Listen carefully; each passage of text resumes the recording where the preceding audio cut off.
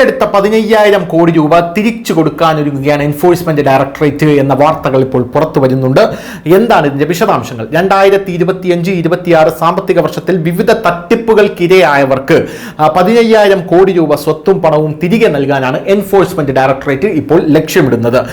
കഴിഞ്ഞ കുറച്ച് വർഷങ്ങളായി പശ്ചിമ ബംഗാളിലെ റോസ് വാലി പോൺസി കുംഭകോണത്തിനിരയായ 7.5 ലക്ഷം പേർ ഉൾപ്പെടെ ബാങ്കുകൾക്കും ആളുകൾക്കും ഏകദേശം 32,000 കോടി രൂപ ഏജൻസി തിരികെ നൽകിയിട്ടുണ്ട് എന്നുള്ള റിപ്പോർട്ടുകളും ഇതിനോട് നമ്മൾ ചേർത്ത് വായിക്കേണ്ടതാണ്.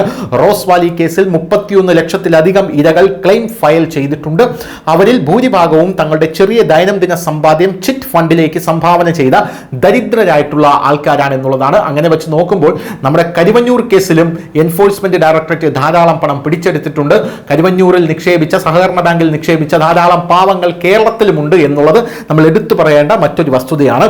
മല്യ, നീരവ് മോദി കേസ് എന്നിങ്ങനെയുള്ള കേസിൽ നിന്ന് 15,000 കോടി രൂപയാണ് ബാങ്കുകൾക്ക് തന്നെ എൻഫോഴ്സ്മെന്റ് ഡയറക്ടറേറ്റ് തിരിച്ചു നൽകിയതെന്ന സുപ്രധാനമായിട്ടുള്ള വാർത്ത. ഒരു മാധ്യമങ്ങളും ഈ വാർത്ത നമ്മുടെ കേരളത്തിൽ ചർച്ച ചെയ്യില്ല എന്നുള്ളത് എടുത്തു പറയേണ്ട ഒരു വിഷയമാണ്. വിജയ് മല്യയുടെ കേസ് എന്താണ്? വിജയ് മല്യയ്ക്ക് വായ്പ കൊടുത്തത് കോൺഗ്രസ്, വിജയ് മല്യയെ ഇവിടെ നിന്ന് നാട് കടത്താനായിട്ട് ഒത്താശ ചെയ്തത് കോൺഗ്രസ്, വിജയ് മല്യയെ തിരിച്ചു കൊണ്ടുവരുന്നില്ല നരേന്ദ്രമോദി എന്ന് പറഞ്ഞതും കോൺഗ്രസ് ആണ്.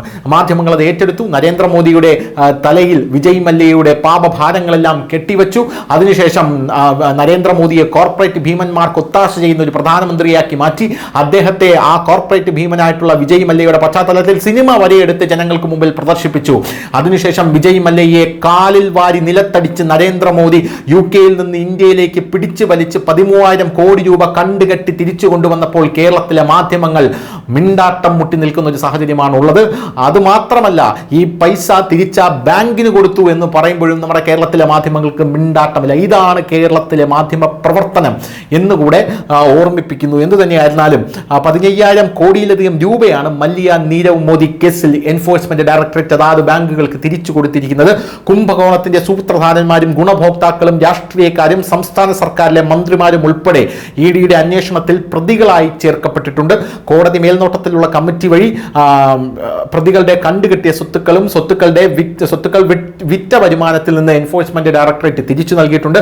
പ്രത്യേക കോടതികളുടെ അനുമതിക്ക് ശേഷമാണ് ഇത് ചെയ്തത്. പിടികുട്ടാപ്പുള്ളിയായി മാറിയ വ്യവസായി വിജയ് മല്യയുടെയും വജ്ര വ്യാപാരി നീരവ് മോദിയുടെയും കേസിൽ എൻഫോഴ്സ്മെന്റ് ഡയറക്ടറേറ്റ് 15,000 കോടി രൂപ തിരിച്ചു നൽകി. ചെന്നൈയിൽ വ്യാജരേഖ ചമച്ച് മാഫിയ പിടിച്ചെടുത്ത ഒരു വ്യക്തിയുടെ ഭൂമി ED തിരിച്ചു നൽകിയ സംഭവങ്ങളുണ്ട്. ഇതുവരെ 1.2 കോടിയിലധികം രൂപയുടെ സ്വത്തുക്കളും ബാങ്ക് നിക്ഷേപങ്ങളും ED കണ്ടുകെട്ടിയിട്ടുണ്ടെന്നും അന്വേഷണത്തിന് ശേഷം ഇവ പുനഃസ്ഥാപിക്കുമെന്നും വൃത്തങ്ങൾ അറിയിക്കുന്നുണ്ട്. News desk, news India Malayalam.